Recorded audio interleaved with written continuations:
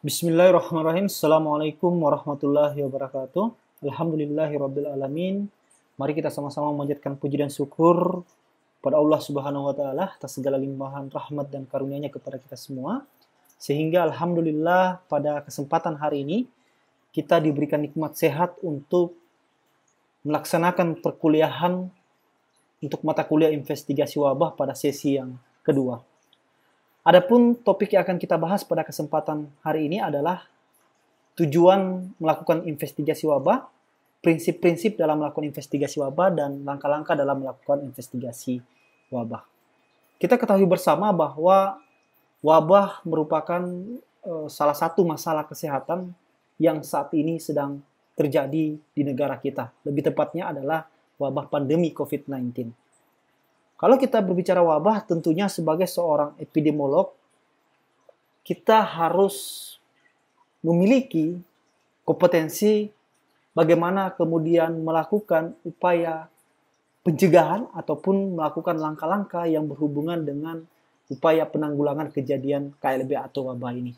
Sehingga dengan mengikuti perkuliahan pada kesempatan hari ini akan sangat membantu teman-teman semua untuk memahami berbagai langkah yang bisa kita lakukan dalam melakukan kegiatan investigasi KLB atau wabah. Nah, yang pertama kita lihat teman-teman sekalian, apa sih tujuan kita melakukan kegiatan investigasi wabah? Tujuan yang pertama adalah tentunya dengan melakukan investigasi KLB atau wabah, kita bisa melakukan atau mengidentifikasi agen penyebab. Apakah dia virus, bakteri, atau berbagai jenis agen yang lain. Yang kedua, kalau agen penyebabnya sudah kita ketahui, maka kita bisa mengetahui atau mengidentifikasi bagaimana cara penularan dan sumber penularannya.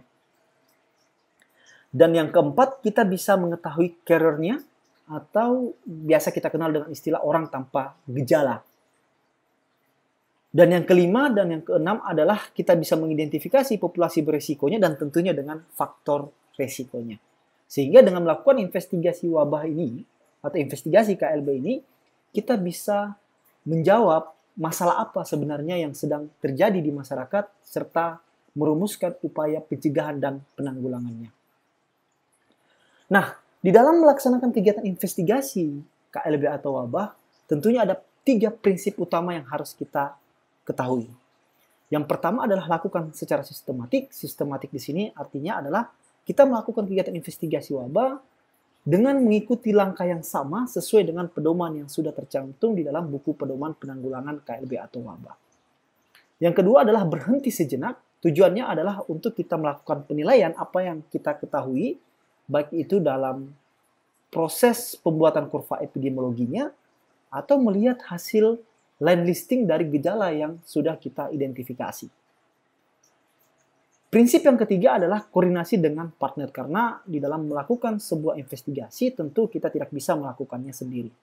Sehingga perlu koordinasi dengan rekan setim kita untuk melihat masalah apa yang sedang terjadi di masyarakat. Selanjutnya di dalam melakukan kegiatan investigasi wabah ada 10 langkah yang perlu untuk kita ketahui. Yang pertama adalah identifikasi tim investigasi dan sumber daya.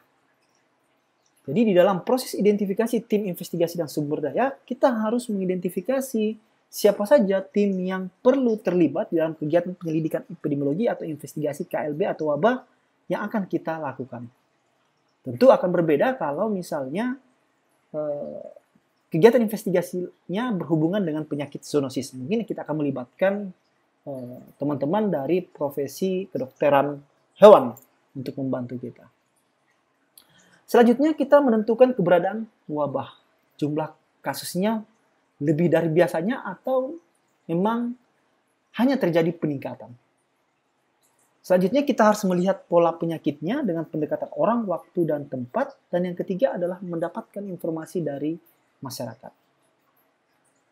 Yang ketiga adalah verifikasi diagnosis. Dalam verifikasi diagnosis, kita bisa melakukan analisis gejala dan tanda klinis yang terjadi di masyarakat. Tentunya data ini bisa kita dapatkan dari dokter, dari pasien, ataupun dari catatan medis dan laboratorium yang ada di pelayanan kesehatan. Yang keempat adalah kita bisa membuat definisi kasusnya, apakah dia pada level suspek, probable, atau confirm. Tergantung sesuai dengan kebutuhan daripada tim investigasi. Yang kelima adalah kita bisa mencari kasus secara sistematis dan membuat line listingnya. Jadi informasi yang bisa kita dapatkan adalah informasi klinis, informasi demografi, paparan, dan berbagai informasi yang relevan lainnya. Selanjutnya, kita bisa melakukan analisis deskriptif epidemiologi dan membuat hipotesis. Nah, tentunya deskriptif epidemiologi kita menggunakan pendekatan orang, waktu, dan tempat. Selanjutnya kita buat hipotesis berdasarkan karakteristik responden ataupun berdasarkan analisis deskriptif terhadap faktor risiko yang kita curigai, apakah itu lingkungan ataupun faktor perilaku. Kita ambil contoh misalnya berdasarkan karakteristik responden, berdasarkan waktu tadi, kita dapatkan ternyata masa inkubasi minimumnya atau terpendeknya dalam 14 hari dan terpanjangnya adalah 21 hari. Maka kita bisa membangun hipotesis bahwa yang terjadi adalah kejadian penyakit rubella. Rubella ini adalah penyakit yang menyerupai campak. Selanjutnya yang ketujuh adalah kita bisa melakukan evaluasi hipotesis atau menguji hipotesis dan melakukan studi tambahan. Tentu cara kita melakukan evaluasi hipotesis dengan melakukan studi tambahan dengan pendekatan case control atau pendekatan cohort. Case control dengan melihat nilai OR, cohort dengan melihat nilai RR. Yang kedelapan adalah tindakan pengendalian. Tindakan pengendalian dapat kita lakukan selama proses KLB atau wabah terjadi. Salah satu bentuknya adalah isolasi atau misalnya produk recall atau mengembalikan produk yang kita curigai dapat menyebabkan KLB, misalnya pada kasus KLB keracunan makanan. Tentu dengan mempertimbangkan hasil penyelidikan epidemiologi. Yang kesembilan adalah informasikan temuan. Jadi menginformasikan temuan hasil kegiatan investigasi harus satu pintu sehingga tidak menimbulkan keresahan di masyarakat, khususnya dalam menerima informasi yang benar atau yang keliru. Dan yang tak kalah pentingnya adalah kita bisa melibatkan media untuk menyebarluaskan informasi hasil kegiatan investigasi yang sudah kita lakukan. Dan yang terakhir adalah pertahankan surveillance. Dan tentunya pemerintah memiliki kewajiban untuk menetapkan apakah KLB-nya sudah berakhir atau belum. Dan yang kedua, kita sebagai tim investigator juga berkewajiban untuk mendokumentasikan keefektifan tindakan pengendalian yang sudah dilakukan. Sehingga ini akan bisa menjadi referensi buat kegiatan-kegiatan investigasi di waktu yang akan datang. Saya pikir itu, teman-teman sekalian, 10 langkah dalam melakukan kegiatan investigasi. Dan yang terakhir, sebagai penutup, ada tugas mandiri buat teman-teman sekalian, yakni membuat ringkasan terkait prinsip dan langkah-langkah investigasi yang sudah kita jelaskan tadi. Saya pikir itu, terima kasih teman-teman sekalian atas partisipasinya. Kita akhiri pertemuan kita hari ini dengan mengucapkan hamdalah. Alhamdulillahirrabbilalamin. Assalamualaikum warahmatullahi wabarakatuh.